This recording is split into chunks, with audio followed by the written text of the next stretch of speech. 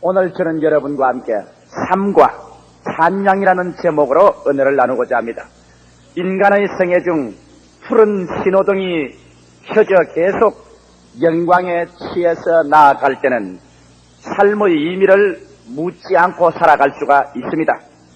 그러나 갑자기 앞길에 계속하여 붉은 신호등이 켜지고 생의 바퀴가 진창에 빠지게 되고 나의 앞길이 캄캄한 벽에 부딪히게 될 때는 어떠한 사람이고 사는 것이 무엇인가 하는 그 질문을 던지게 되는 것입니다. 이것이 사는 것인가? 어디서 와서 어디로 가며 무엇하기 위해서 사는 것인가? 나는 이 수고롭고 무거운 인생살이를 어떻게 해결해 나갈 것인가? 저는 그러한 사람들의 질문을 너무나 많이 받습니다. 제가 받는 질문들은 대개 해결할 만한 질문들을 가지고 제기하는 것은 아닙니다. 도저히 인간의 힘으로 해결할 수 없는 가정적인 문제, 생활의 막다른 골목에 처했을 때, 인간으로서 버림받았을 때 그런 문제들을 가지고 제게 도움을 청하러 오는 것입니다. 그러고는 말합니다. 어떻게 하면 문제를 해결하고 살아갈 수 있느냐고 말합니다. 여러분, 이럴 때 우리는 무엇을 그 대답으로 제시해 놓을 수 있겠는 것입니까?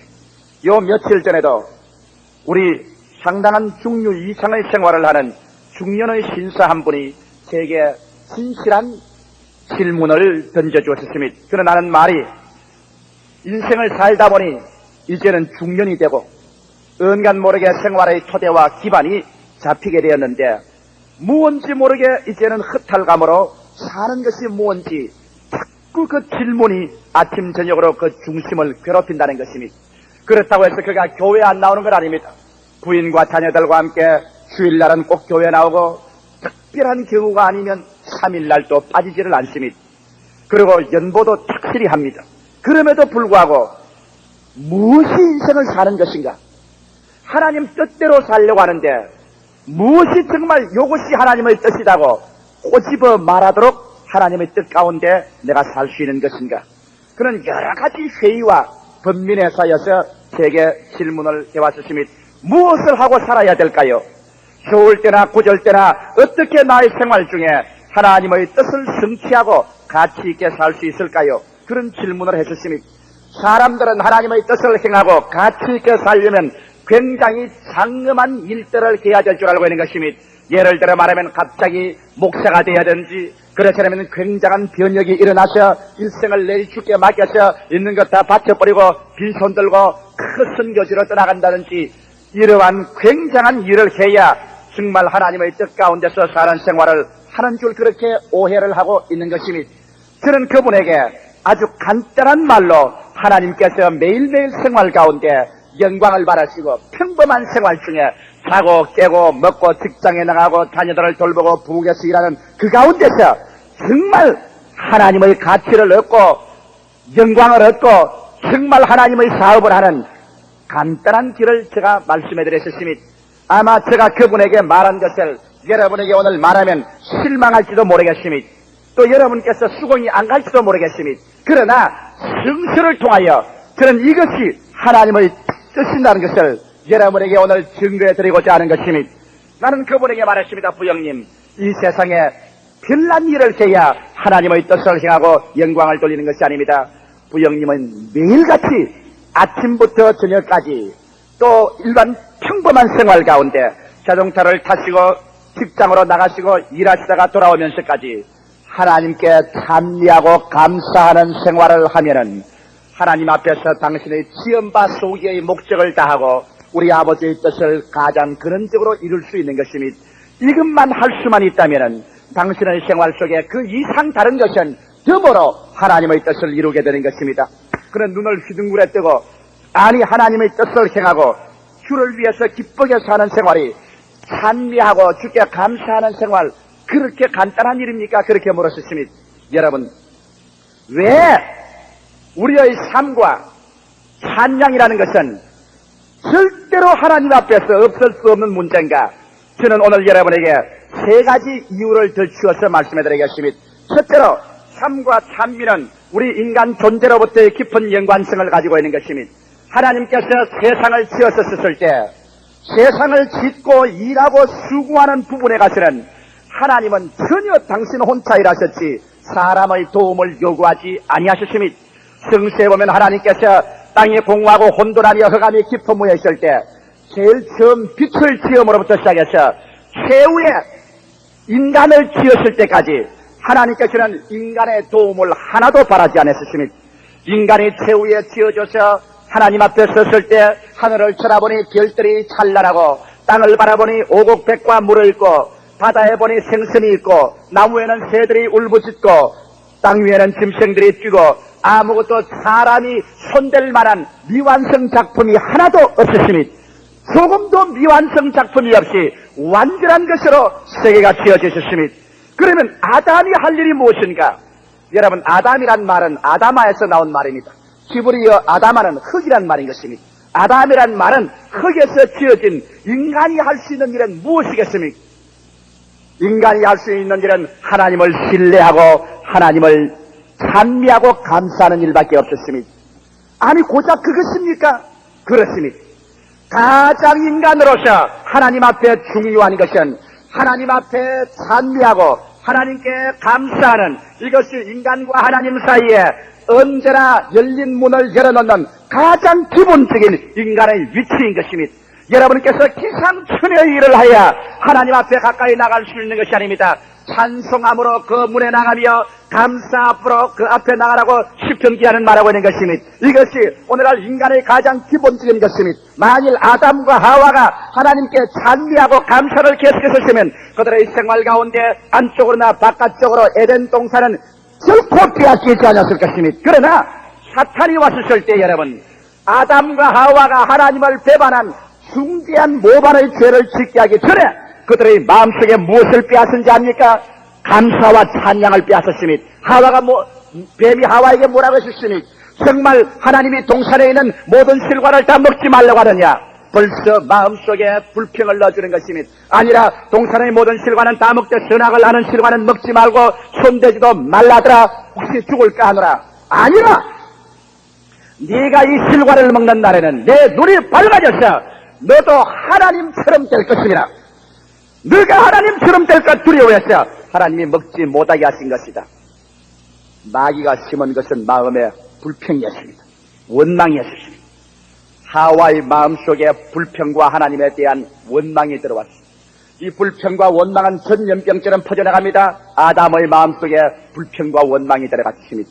그들의 마음속에 하나님에 대한 찬양과 감사가 사라지고 불평과 원망이 들어오자 불평과 원망은 모반죄, 반역죄의 근원을 형성하는 것입니다. 그래서 그들은 하나님께 반역하여 선악과를 따먹고 하나님께 선전포고를 하고 그들은 에덴에서 쫓겨나오고 그들이 가는 곳마다 은극기와 가시가 나고 만물이 시들고 죽어지는 곤역이 다가오게 된 것입니다. 사랑하는 성도 여러분, 이것은 인간이 창조되어 하나님 앞에 서게 된 근본적인 원리인 것입니다. 오늘날에 와서도 아무리 사람들이 세상에서 많이 호의호식하고 좋은 집에, 좋은 자동차에, 좋은 가족에, 좋은 옷에 입고 산다고 할지라도 그들의 가정에서 만일 원망과 불평이 들어와서 남편은 아내를, 아내는 남편을, 자식은 부모를 원망하기 시작하면 그 가정에 은극기와 가시가 돋고 그 가정에 죽음이 다가오고 절망은 그 가정에 다가오는 것입니다.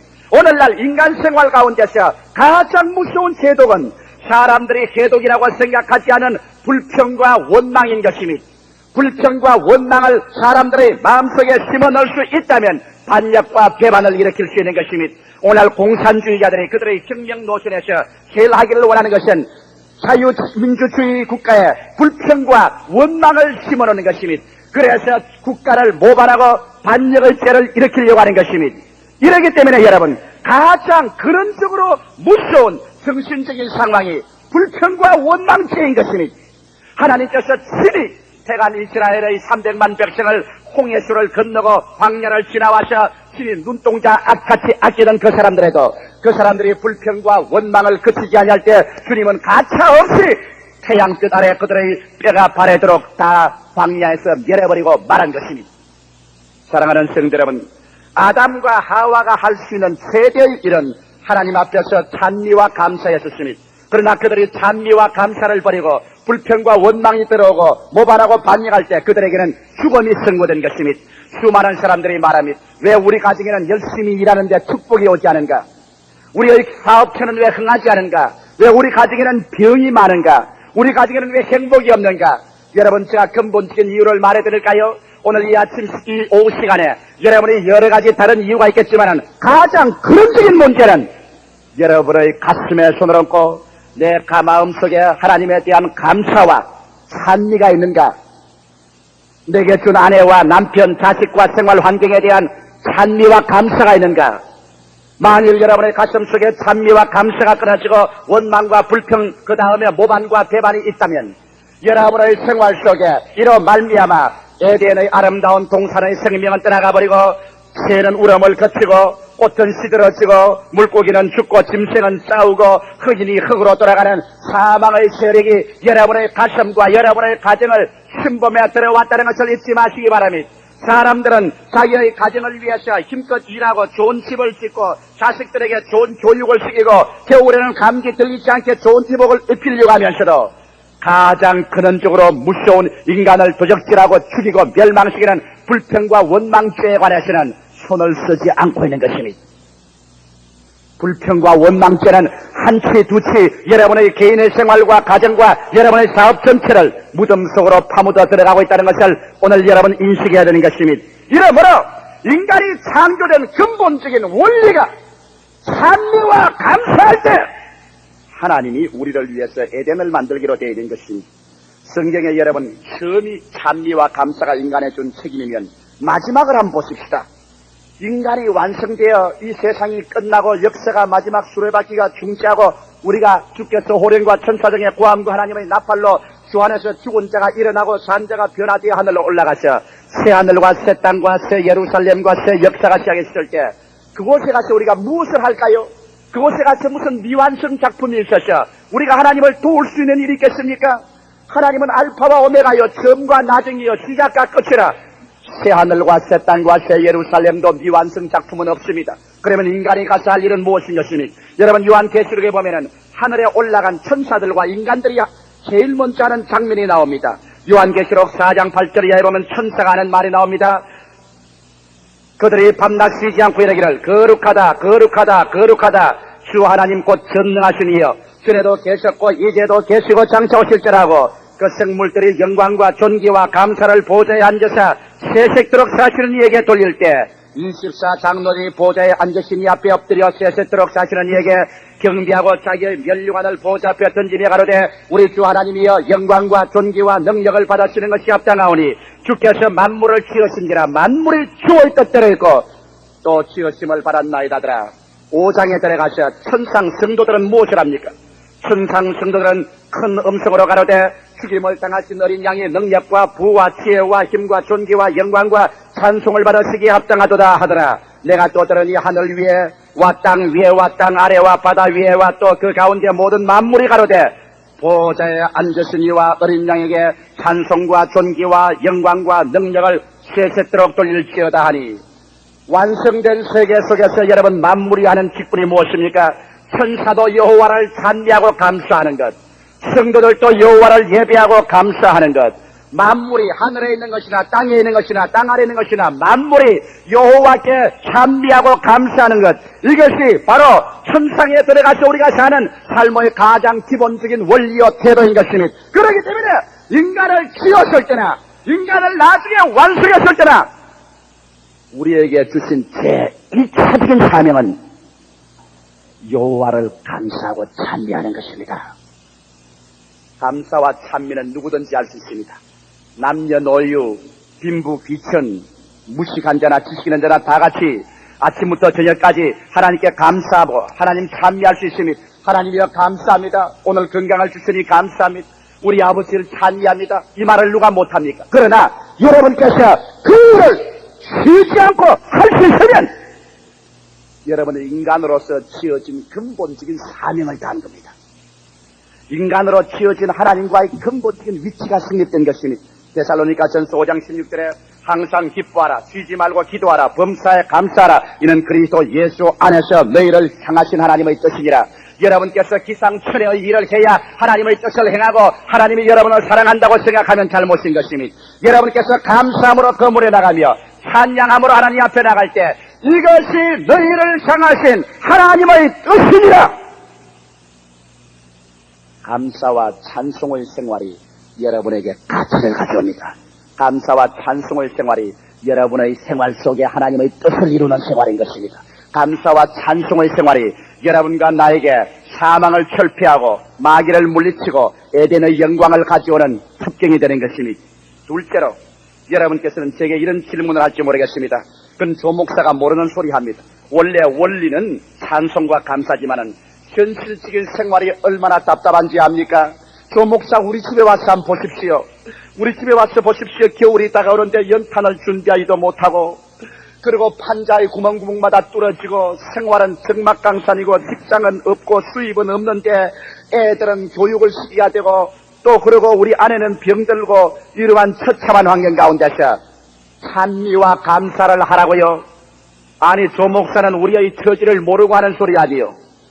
여러분 그것은 이유가 되지 않습니다.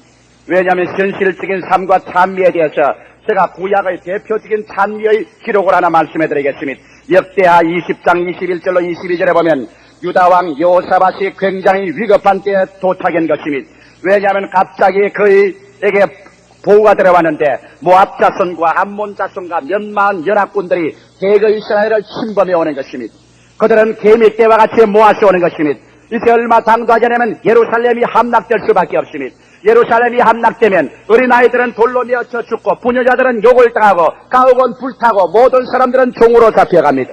그들은 위기 일발에 처하여 도저히 군대를 막을 수가 없습니다. 여인이 인터넷이나 해산할 힘이 없어 몸부림치는 것처럼 그들은 그 연합군을 감당할 만한 무기도 없고 군인도 없고 훈련도 없고 절망상태에 처했습니다. 온 도시가 물 끓어듯이 끓어 들어갑니다. 어떻게 할까요? 전체 보따리를 사고 피라를 갈까요? 초토화 작전을 할까요? 결사들을 조직할까요?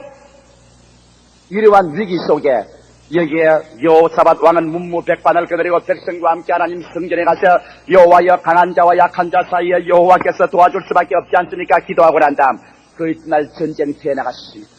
백성들을 무장하고 전쟁터에 나가면서 그들이 여러분 심통한 얼굴로 비극적으로 처참한 그런 심정으로 나가는 것이 아니라 적군이 개미떼같이 진격에 오는 그 진격을 바라보고 그들은 서서 하나님께 찬양을 드리기 시작한 것입니다. 찬송하지만은 거기에서 여러분 찬송할 처지가 되었습니까? 방금 처자가 다 죽고 나라가 불타 없어질 처지, 가장 처참한 환경 가운데 적군이 쳐들어오나 내가 막을 힘도 없고 능력도 없는 그 처지에서 그들은 여호와께 감사하라. 그 자비와 인자하심이 영원함이로다. 그들은 하나님께 가장 먼저 해야 될 일을 했습니다. 그들은 전쟁터에 나가서 하나님 앞에 하나님의 뜻을 취하고 인간으로서 해야 될 가장 먼저 한 일, 여호와를 찬미하기 시작한 것입니다. 그러자 성경은 역사적으로 뭐라고 했습니까? 하나님의 성령이 그 찬미를 통하여 적진 속에 임하심에 적진들이 연합군들이 오다가 서로 간에 분쟁이 생겨가지고서 그만 이스라엘 백성 찬송하는 그 앞에서 그 들판에서 적들이 서로 찔러 죽이고 비참한 전쟁이 일어났었습니다. 수많은 사람들이 아주 귀한 속에서 피투성이가 되어 죽고 나중에는 적들의 한 사람도 남지 않았습니다. 이스라엘 백성이 오직 나아간 것은 그들이 가져온 물건들을 노력하기 위해서 나아갔을 따름이었던 것입니다. 찬송으로 말미암아 가장 위기에 그들의 운명을 구출했었습니다. 신약 성경의 대표적인 찬미는 사도행전 16장 25절에 있습니다. 바울과 실라가 빌립보에 가서 복음을 전가다 잡혀서 그런 40의 하락함한 태장을 맞고 그런 가사 상태에 있었습니다. 바울과 실라의 온몸은 피투성이가 되었었습니다. 그들은 몸을 질질 끌려서 빌립보의 가장 더러운 깊은 감옥 속에 들어갔었습니다. 팔과 다리는 차고에 든든하게 채여져 버리고 말았었습니다. 그들은 덩어리가 쓰라리고 먹은 것이 없어 배는 고프고 벌레는 뒤에 올라오고 누울 수는 없고 습기 차고 처참한 환경 가운데서 여러분 원망과 탄식을 하려면은 그 사람 할 수 있는 합법적인 인물은 없습니다. 원망해도 탄식해도 다 들어가는 것입니다. 그러나 여기에 바울과 실라는 밤중이 되어서 가장 괴로울 때 그들은 일어나서 원망과 탄식 대신에 여호와께 기도하고 난 다음에 곧장 두 사람은 연합하여 찬미를 부르기 시작하는 것입니다. 여호와를 찬송하기 시작하는 것입니다. 처참한 환경 가운데 하나님을 찬송하자마자 하나님의 거룩한 성령께서 임하셨고 하나님께서 그 찬미를 통하여 빌립보 시위를 지었다며 사상 유례 없는 지진이 빌립보 시위에 일어났었습니다. 집이 무너지고 성체가 흔들리고 하나님의 사자들이 와서 감옥문을 열어 제끼고 차고를 열어 제껴버리고 그들은 완전히 자유의 몸이 되어버리고 마는 것입니다. 처참한 환경 가운데 찬송은 그들에게 자유를 주신 것입니다. 여러분의 가난과 질병과 절망과 슬픔에 둘러싸였었으면 여호사밧같이 바울과 실라와 같이 그를 무찌를 수 있는 것은 힘으로 되는 것이 아니요 능으로 되는 것이 아닙니다. 그를 무찌는 것은 인간의 수단과 방법이 아니라 하나님 앞에서 그런 처참한 포위를 당했을 때 그때가 가장 어두울 때 그때가 감사하고 찬미할 때인 것이옵니다. 할렐루야. 찬미를 하고 여호와를 감사할 때 적군이 물러가고 감옥이 문이 열린 것입니다. 저는 오늘 성찬 예식이기 때문에 제일 여러분 감사와 찬송의 힘이 성찬 예식에 있다는 것을 보여드리고 싶습니다. 마가복음 14장 26절에 보면 예수님의 일생의 가장 어두운 시간이 다했었습니다. 주님께서 어느 집 다락방에 올라가셔서 제자들을 모아놓았었습니다. 제자들의 가슴 속에는 불안과 공포가 꽉 들어찼습니다. 불안에 찬 눈망울을 둘리면서 그리스도만 쳐다보고 있습니다. 예수께서 얘들아 오늘이 너와 마지막 시간이다. 나는 오늘 너희와 함께 이 잔치를 치르고 다시는 이 땅에서 먹을 수 있는 기회는 없을 것이다. 그러면서 주님께서 아마 눈물을 안 흘릴 수가 있겠습니까? 주님께서 아마 눈물을 흘리신지 모릅니다. 제자들도 울은지도 모릅니다. 주님께서 떡을 떼시면서 말이 이는 너희를 위하여 찢어지는 내 몸이다. 받아 먹어라. 한 사람 한 사람 주님께서 찢어줄 때 제자들은 예수의 몸을 찢어주는 그 감격으로 그걸 받아서 먹었습니다. 그 다음 예수님께서 포도즙 잔을 부어주시면서 말이 받아라. 이는 내가 너희를 흘리는 나의 새 언약의 피라. 너희가 모일 때마다 이 떡을 먹으며 이 잔을 마실 때 나를 기억하라. 여러분 그 장면이 울음바다가 되지 않았습니까? 그런데도 불구하고 바로 유다는 일어나서 예수를 은 30냥에 팔아먹기 위하여 그는 밖으로 나갔습니다.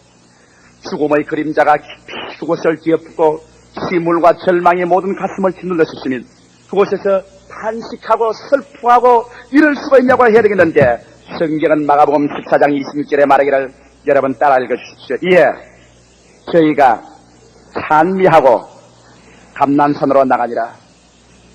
예수님이 최후로 잡혀러 가는 그 발걸음은 찬미를 하고 나가셨습니다.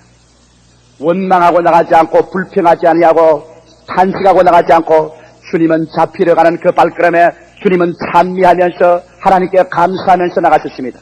예수 그리스도의 찬미와 감사가 그에게 하나님의 위대한 힘을 주셔서 그 몸이 찢기고 그 피를 다 쏟고 온 인류를 그 품에 다 품을 수 있는 힘을 주었다는 것을 잊지 마시기 바랍니다. 이러므로 오늘날 현실적인 삶에 여러분이 찬미를 할 수 없다. 나의 처지는 그를 처지가 못된다고 할 때 바로 그 처지가 못되기 때문에 찬미해야 됩니다. 감사할 처지가 못되기 때문에 감사해야 되는 것입니다. 네, 감사와 찬미가 있어야 그 처지에서 여러분에게 하나님의 구원의 손길이 미칠 수가 있기 때문인 것입니다. 믿으시면 한번 크게 아멘 하십시오. 셋째로 왜 찬미와 감사를 드리는 인생을 하나님이 살라고 하셨습니까? 찬미와 감사에는 위력이 그 속에 있기 때문인 것입니다. 찬미와 감사에는 하나님이 나의 매사에 관심을 가지시고 하나님은 나의 모든 일에 관심을 가지시고 있다는 것을 믿는 믿음을 풀어놓습니다.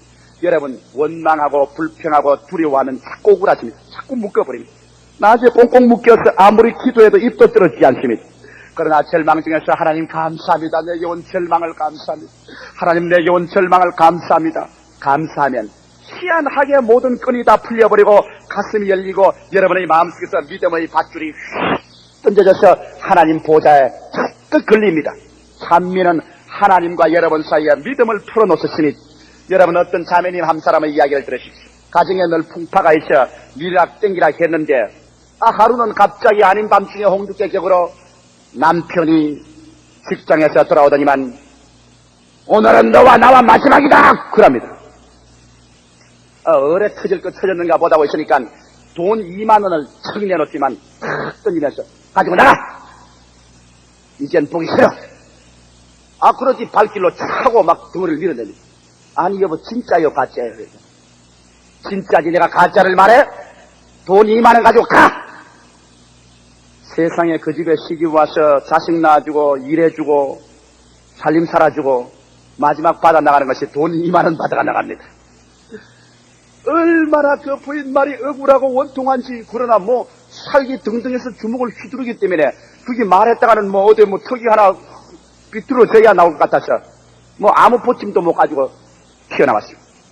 다시는 우리 집에 들어오지 마. 문을 쫙 붙여놓으면 끝장났구나. 그러니 갑자기 밤에 어두운데 가려니 갈 데가 있습니까? 교회로 뛰어왔어요. 막 마음에 막 짓눌리고 막 하나님이 원망스러워 죽겠더랍니다. 세상에 내가 예수도 믿고 하나님 믿는데 하나님이 날 이럴 수가 있냐? 남편이 이렇게 하도록 하나님이 내버릴 수가 있나? 벼락이라도 확 때리지거나 이럴 수가 있나? 마음에 원망이 꽉 들어차서 막 하나님께 원망할 수가 있겠지 몰라. 그래 교회 와서 탁 엎드려서 아이고 아버지. 그러니까 불이 불식간에 마음속에서 성신이 말씀하기를 감사해라. 남편에게 쫓겨나온 거 감사해라. 뭐 어째요? 쫓겨나온 거로 감사를 해요? 그래도 그냥 기도하려고 하면 성신이 마음속에 감사해라. 남편에게 쫓겨나온 거 감사해라. 하도 희한해서 에라 원망은 누구든지 다 할 수 있는 문제지만 이런 처지에 감사는 힘들다. 에라 그까짓 믿어야 본전이 감사를 한번 해볼 밖에 없다. 그래서 돈 2만 원 내놓고 난 다음에 아이고 하나님 감사합니다. 소박뜨기 된 거 감사합니다. 쫓겨나온 거 감사합니다. 여태까지 시집살이고 돈 2만 원 받고 쫓겨나온 거 감사합니다. 그 부인 말이 그렇게 하자마자 희한하게 마음이 열리더니만은 원망과 불평이 사라지고 마음의 희열이 가득해지더랍니다. 마음의 기쁨이 가득해지는 게 편해지고 아야 하나님이 날 사랑하시는구나. 도무지 상상할 수 없게 감사를 하겠지 하니까 마음속에 하나님이 날 사랑하는구나. 아유 신랑인지 영감인지 날 버려도 하나님이 날 사랑하니까 나는 살 수 있다. 하나님이 나와 같이 계신데 내가 뭐 두려우랴. 아침까지 감사를 하는데 마음이 편안해지고 기쁨이 충만해서 자 이거 참 희한한 일이로다. 그래 갈 데가 없어 2만 원과 차비해서 기도원으로 들어갔지. 기도원에 들어가서 한 주일 동안 늘 한다는 말이 다른 걸 알고 감사합니다. 감사합니다. 남편에게 쫓겨나게 해주셔서 감사합니다. 소박되게 된 거 감사합니다 하고서 감사를 하고 있습니다. 하다 그 남편이 부인 쫓아내고 난 다음에 감사하는 자에게 하나님의 능력이 역사합니다. 성경에 감사로 제사를 드리는 자가 나를 영화롭게 하나니 그 행위를 올바르게 하는 자에게 나의 구원으로 보이도다. 그 부인이 감사할 때 감사의 밧줄을 타고 믿음을 열어놓기 때문에 성신이 그 남편에게 많은 것입니다. 그 남편 나중 말이 부인을 쫓아내고 난 다음 밤새도록 구물떡거리는데 막 마음이 막 쥐어 털고 아파가지고서 괴로워 견딜 수가 없어 밤새도록 괴로워하고 그 이튿날부터 마누라를 찾아 나섰는데 뭐 찾을 길이 있어야지 기도원에 가버렸지. 잘 되겠나요? 알만한 집에 다 연락하고 알만한 친구 집에 다 연락하고 나중에는 교회로 와서 연락하고 수소문을 해서 기도원으로 찾아왔어. 기도원에 택시를 부리고 찾아와서 부인에게 와서 부인을 가져오라니까 부인이 나는 기도원이 좋으니까 안 갈랍니다. 나는 이제 기만 버림받은 몸 그저 여기서 삼이 빌면서 여보 내가 다시 안 그럴 테니까 제발 내가 죽을 죄를 지으시니 갑시다. 그래서 그 남편 손을 잡고서 택시에 올라타니까 그때는 진짜 감사가 나오답니다. 아버지 감사합니다. 요렇게 멋지게 돌릴 수가 있습니까? 그 다음에 집에 와서 조사에는 큰 소리하고 산대요. 왜냐하면 내 발로 걸어둔 게 아니라 와달라고 사정을 하고 왔으니까 이쪽은 큰 소리 꽝꽝 하면서 살면서 세상에 하나님께서 날 이렇게 좋게 만들어 주려고 하나님이 소박을 당하게 하셔서 우리 남편을 변화시켜 주셨다. 이건 하나의 단순한 범부 필부 이야기지만은 여러분 우리의 생활 가운데 깊이 감격을 주는 것입니다.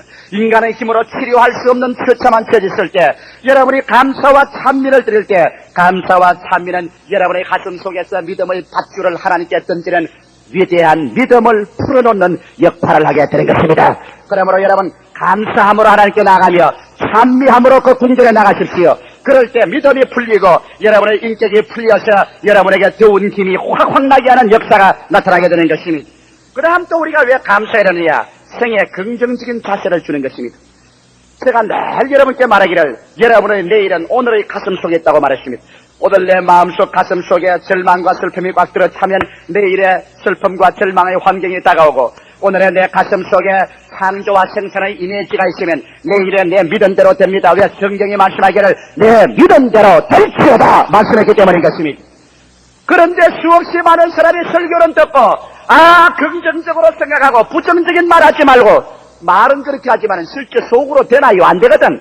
말은 그렇게 해놓고 밖에 나가면 당장 부정적으로 말하고 원망하고 탄식하며, 어떻게 하면 부정적인 뿌리를 뽑을 수 있느냐? 그 뿌리를 뽑는 것이 감사하고 찬미하는 것입니다. 브릿지 아프고들랑 아이고 아파서 감사합니다. 돈을 수리당했거들랑 아버지 돈 수리당해서 감사합니다. 미친 자의 기도 같지만 그것이 긍정적인 기도인 것입니다. 우리의 마음속에 그림자를 없애는 것입니다. 저는 아주 이 긍정적인 자세에 대해서 놀라운 이야기를 들었습니다. 어느 시어머니의 이야기인데, 아무리 좋다 해도 제가 목회를 해보니까요, 겉으로는 지 무엇이라고 말하고 좋다 해도 시어머니와 며느리 사이에는 얼음장이 하나 들어있는 겁니다. 요사이 현대화가 돼가 어떻게 서비스를 잘하고 하고 해서라도 몰라요. 그러나 내 15년 목회 때만 카운셀링을 수천 명 한 결과에 보니, 아무리 좋은 시어머니와 며느리 사이에도 얼음장 하나는 들어있어요. 그런데 시어머니와 며느리 이야기입니다. 며느리가 자꾸 친정 노래를 하면서 친정에 가려는데 누가 집 봐줄 사람 없고 애들 볼 사람 없으니까 시어머니 보고 어머니 친정에 좀 다녀올 테니까 애들 좀 돌봐주시고 집 좀 봐달라고 합니다. 그 시어머니 마음속에 기분이 별로 좋지 않았어요. 금방시게 나를 어떻게 애들 다 봐주고 집 다 봐주고 내가 이 집에 무슨 종살이냐? 옛날에도 그런 말이 있어요.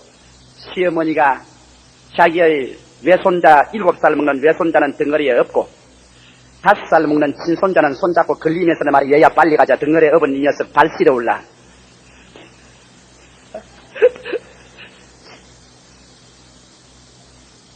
그게 별로 좋지 않은, 옛날부터 좋지 않은 기운이 있는가 합니다. 그러나 이 시어머니는 예수를 믿는 시어머니입니다. 그래서 오냐 갔다 오너라. 그러나 얘들 때문에 내가 새벽 기도도 못 나가고 또 얘들 좀 내 신방도 못 나가고 어렵겠지만은 집에서 기도하지. 잘 갔다 오너라. 그러고 난 다음에 며느리가 딱 떠나자마자 첫날부터 감기가 들려서 안 하던 일을 새벽부터 일어나서 애들 수발하고 집안일 하니까 감기가 딱 걸려가지고서 며느리가 들어오기 전에 폐렴이 걸려버렸네. 막 열이 확확 나고 숨이 확확 막히고 눈알이 빙글빙글 돌고 야름 났습니다. 보통 안 믿는 사람 같으면 그때는 벌써 가슴 속에서 칼을 갈았을 겁니다. 어디 오기만 와봐라. 그런데 그 할머니는 주를 잘 믿는 분이라 정말 감사하는, 깊은 원리도 모르면서 감사를 하기 시작하는 어머니입니다. 아이고 하나님 감사합니다. 그저 감사합니다. 그래서 그 말을 듣고 며느리가 와보니까 막 어머니가 죽게 됐습니다. 죽게 되면서 하는 말이면 아이고 그저 감사하지요. 폐렴이 걸린 것도 감사합니다. 그 며느리가 보통 감사할 정도가 아니라 죽을 정도니까 앰뷸런스를 불러가지고서 병원으로 입원을 시키시. 병원에 가 들어놓다 하나님 감사합니다. 그저 감기 걸린 것도 감사하고 그저 폐렴 걸린 것도 감사합니다. 부정적이 안 되고 긍정적입니다. 그래서 폐렴을 고치려고 사진을 찍으니까 의사들이 눈이 휘둥그러졌습니다. 왜? 그 할머니도 모르는 사이에 그 폐 속에 암이 생겨서 암이 자라고 있었습니다. 만일 그 부인이 폐렴이 안 걸렸더라면 서서히 자라는 정수가 없는 암을 그대로 내버려 두었으면 그 목숨은 끊어지고 마는 것입니다. 그러나 폐렴 잡으려고 사진 찍었다가 숨어서 자라나는 암이 보여서 의사들이 말하기를 할머니, 하늘이 도운 할머니, 할머니가 살려고 하니까 이렇게 조기 암 진단이 되어서 그래서 폐수술을 하고 암을 적출해내고 훌륭히 건강을 회복했습니다. 그리고 그 할머니는 하는 말이 아이고 하나님 감사합니다.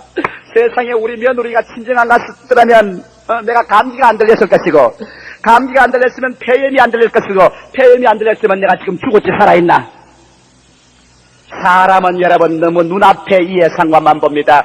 현재 눈앞에 좋은 거 있으면 하하하 하고 현재 슬픔은 그냥 이마살을 찌푸리고 현재 달기는 꽃감이 달다고 그러한 인생을 사는 사람은 아직까지도 하나님의 세계를 모르고 창조의 세계를 모르는 생활인 것입니다. 현재 내 생활이 슬프고 답답하고 괴로워도 내가 원망하지 않고 불평하지 않고 부정적이 되지 않고 그렇더라도 남편을 고맙게 느끼고 아내를 고맙게 느끼고 자식을 고맙게 느끼고 우리가 긍정적인 삶의 자세를 가지고 하나님께 모든 것을 감사해야 되는 것입니다. 병든 것도 감사하고 사업이 망하는 것도 감사하고 가정에 어려운 일이 있는 것도 감사하고 요번 창천 아빠 아들가 무너지는 것도 감사하고 우리가 이 세상을 부정적으로 보지 말고 긍정적으로 감사하면 성경이 뭐라고 한지 압니까? 세상이 모르는 일이 있어요. 하나님을 사랑하는 자, 곧 그 뜻대로 부르심을 입은 자들에게는 모든 일이 합력하여 선을 이루나니라. 이것을 믿으십니까? 여러분, 하나님께서 우리를 도우시면 누가 우리를 대적하리요? 그 아들을 아끼지 않고 우리에게 아들을 주시니까 그 아들과 함께 무엇을 선물로 주지 아니하시겠느냐? 감사로 제사를 드리던 자가 나를 영화롭게 하나니 그 행위를 올바르게 하는 자에게 나의 구원으로 보이리라. 우리 하나님께서는 감사하는 사람, 그 역경 가운데 감사하는 사람, 생의 긍정적인 자세를 가진 사람에게 하나님은 기적을 나타내는 것입니다. 그 다음 또 왜 찬미와 감사를 해야 되냐? 찬미와 감사는 축복의 법칙이 행사하게 하는 것입니다. 여러분, 성경에 이런 말이 있습니다. 참 좋은 말이죠. 한번 따라 말씀해 주십시오. 있는 자에게는 더 주고 없는 자에게는 있는 것조차 빼앗으리라. 이거 정말 희귀한 하나님의 말씀인 것입니다. 성경에 하나님께서 우리를 위해서 기적을 행하실 때 없는 데서는 기적을 안 행했었습니다. 사렙다의 과부도 주님께서 엘리야를 보내서 도와줄 때 마지막 남은 과자 한 조각을 하나님께 먼저 가져내놓으라 했습니다. 그러고는 3년 6개월을 먹여주셨습니다. 엘리사 시대의 선지자의 아내가 빚을 져서 남편은 죽고 자식들이 종으로 팔리게 될 때 엘리사 선생이여 우리를 도우소서 할 때 엘리사가 내게 뭘 이느냐? 기름 한 병이 있습니다. 가지고 오너라. 기름 한 병이 있는 것으로 기적을 베풀기 시작한 것입니다. 예수님께서 광야에서 방황하고 허덕이는 남자만 5,000명 수많은 분유자들을 보고 저들에게 먹을 것을 주라고 할 때 뭐라고 했습니까? 너희에게 무엇이 있느냐고 물으십니다. 떡 5덩어리와 물고기 2마리. 주님은 없다고 하는 사람에게는 있는 것조차 빼앗아버립니다. 없다고 하는 사람에게는 주님께서 역사하지 않습니다. 그러므로 여러분, 우리가 감사와 찬미는 축복의 법칙이 행사하도록 있는 것을 바라보게 되는 것입니다. 불평과 원망을 하게 되면 있는 것도 다 없어집니다. 여러분, 저는 참 이상한 일 보았습니다. 그러니까 축복을 못 받는 모양이죠. 15년 목회 생활에 우리 교회가 크니까 많은 교회를 도왔습니다.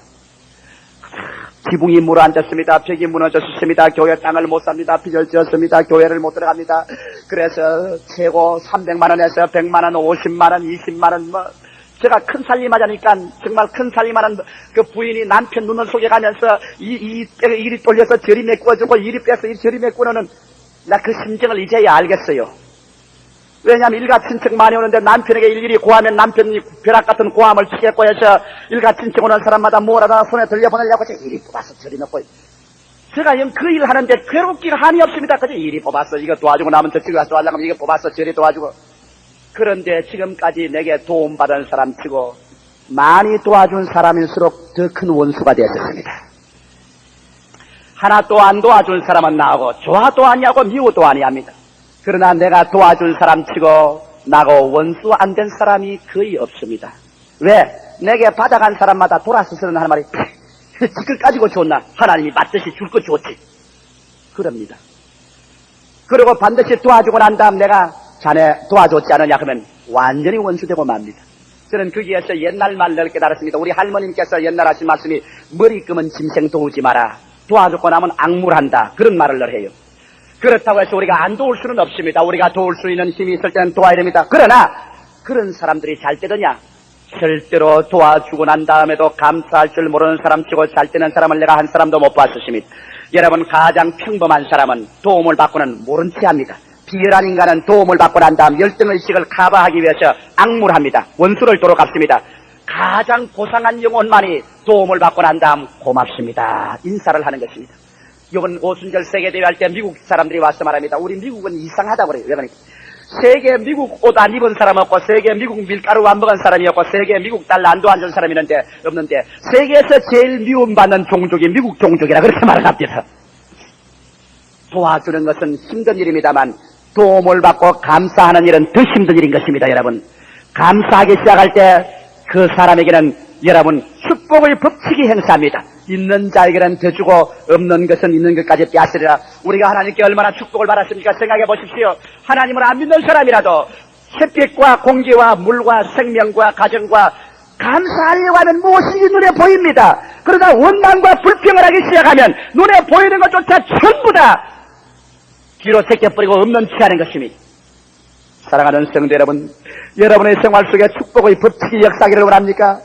있는 것을 시인하고 감사하십시오. 주께 받은 복을 헤어보아라. 주께 받은 복을 헤어보아라. 있는 자에게는 더 주고 없는 자에게는 있는 것까지 빼앗으래요. 그러므로 축복의 법칙을 행사하기 위해서 감사 찬미를 해야 됩니다. 마지막으로 참된 증거인의 생활을 하기 위해서는 감사와 찬미를 해야 됩니다. 아무리 고함쳐 전도해도 발걸음 소리가 너무 요란스러워서 전도가 귀에 안 들린다는 말이 있습니다. 오늘날 세상 사람들은 여러분의 전도를 기다리고 있지만은 입으로 나오는 전도가 아니라 여러분의 행위를 보고 있는 것입니다. 예수 전도한다고 난 법석하고 아침부터 저녁까지 새까만 보따리 하나 걸머치고 온갖 부흥회는 다 댕기고 온갖 굴이나 기도회는 다 댕깁니다. 집에 와보면 아침에는 부엌에 먹던 밥짓거리하고 소자란 저 파리가 하니 붙어있고 애들은 꼭딱지가 이렇게 붙어있고 머리는 탁 틀어져 있고 뭐 빨래도 안 하고 말이 아닙니다. 남편이 말씀합니다. 여보, 예수 믿는 것도 좋지만은 집안일 좀 돌보고 가정 좀 돌보고 하시기에 뭐 셋지가 어때요? 육신의 일은 소용없어요. 천당 가야지. 이건 뭐 죽이지도 못하고 살리지도 못하고 이는 뭐 집어치울 수도 없고 자식 새끼 주렁주렁 있으니 다리 늦게 가서 이혼할 수도 없는 일이고 기가 막힌 가정들이 있습니다. 그러고 난 다음 이웃에 가서 예수 믿읍시다. 니나 잘 믿어라.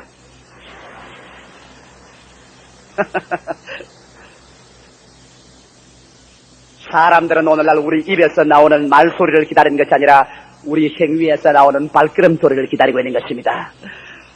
저 집도 우리와 똑같은 집인데 무슨 일인지 그 집에는 늘 찬송을 부르고 늘 기뻐하는 거. 자기들도 사람이니 부부 싸움도 할 것이고 어려운 일도 당할 것이고 병도 들 것이고 슬픈 일도 있을 것인데 어느 때 봐도 저 집 사람들은 다 싱글벙글이라 그저 감사로 꽉 들어차니 이야 저게 무엇이 있다 천상. 저 마음에 무슨 기적이 일어나고 저게 무엇이기에 저런 생활하지 않겠나. 우리는 남들은 먹고 입고 다 사는데 늘 불평이라 머리끝부터 발끝까지 늘 원망이라 집에는 평안이 없어. 이 무슨 일인고. 우리도 저 집처럼 무엇을 좀 알아봐야겠다. 오래간만에 갔어. 여보 오늘 교회 가는데 교회 안 나가보겠어. 아이고 여태까지 기다렸습니다. 왜 우리는 한번 가자고 말을 안지요. 예수 믿어 그렇게 변화된다면 누가 안 가겠소. 오늘날은 여러분 말로서 전도할 때가 지나가고 여러분의 행위로 전도할 때가 와는 것입니다. 그렇다고 해서 행위로 전도한다고 나팔을 불고 댕기라는 것이 아니라도 여러분 직장에서나 가정에서나 여러분이 감사 참여의 생활을 해서 정말 여러분 생활 속에 복음으로 말미암아 기쁨과 평화가 넘쳐나는 하나님이 같이 하는 생활을 하게 될 때 사람들은 말을 안 해도 기독교의 복음의 역사가 일어나게 되는 것입니다. 오늘 뉴스위크지를 보니까 아프리카가 앞으로 2000년대까지 앞으로 30년만 있으면 아프리카의 기독교인 수가 3억 5천만 명이 된답니다. 세계 역사상에 가장 많은 기독교인이 아프리카에서 생겨나고 동남아시아 일대가 기독교화될 것이라고 말하셨습니다. 예수 안 믿는 여러분 그런 잡지들이 오늘 마지막 때 큰 신앙의 부흥을 일어날 것을 예언한 것입니다.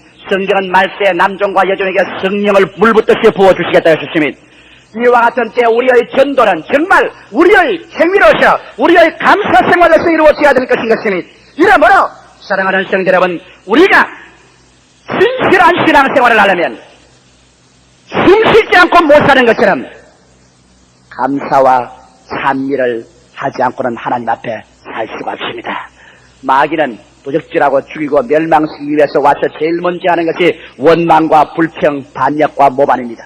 그러나 하나님 앞에서 감사와 찬미를 드리는 자에게는 우리 주님께서 올바른 관계에 서 있게 되고 가장 어둡고 절망적인 곳에 하나님의 구원이 나타나고 감사는 우리의 신앙의 신장로를 하나님께 펼쳐놓는 길이 되고 감사는 우리의 생활에 항상 긍정적인 자세를 갖게 하며 감사는 우리의 생활 가운데 축복의 법칙이 행하도록 있는 것을 보게 하고 감사는 참된 정인의 자격을 주어서 참선도인이 되게 하는 것입니다. 이러므로 데살로니가 전서 5장 16절은 여러분 명령입니다. 우리에게 선택의 자유를 준 것이 아닙니다. 항상 기뻐하라. 쉬지 말고 기도하라. 범사에 감사하라. 이런 그리스도 예수 안에서 너희를 행하신 하나님의 뜻이니라. 여러분 기상천외한 곳에서 하나님의 뜻을 찾았습니까? 여러분 다 조목사같이 목사가 되어야 하나님 뜻을 이룬지 압니까? 여러분께서 온 재산을 다 팔아서 하나님 재단에 내어야 하나님 뜻을 행하는 줄 압니까? 바다 건너 육지 건너 다 선교사가 되어야 하나님 뜻을 행한 줄 압니까? 그것은 특별한 하나님의 부르심이고 가장 기본적이고 매일매일의 생활 가운데 여러분이 하나님과 올바른 관계에 서고 정말 하나님의 뜻을 이루고 정말 가치를 창조하며 살고 여러분의 생명 있는 그 본연의 사명이 무엇이냐? 감사하는 생활인 것입니다. 할렐루야. 하나님을 찬미하고 감사할 때 여러분은 인간으로서의 제일 첫째의 사명을 다하게 된 것입니다. 기도드리십시다. 살아계시고 거룩하신 아버지 하나님, 무엇을 하고 살아야만 되옵니까? 좋을 때나 고절 때나 어떻게 저희 생활 중에 하나님의 뜻을 성취하고 가치를 창조하며 살 수 있사옵니까? 아버지, 감사와 찬양, 바로 이것이 거기에 대한 해답인 것을 주님께서 성경에 역력히 보여주지 않사옵니까?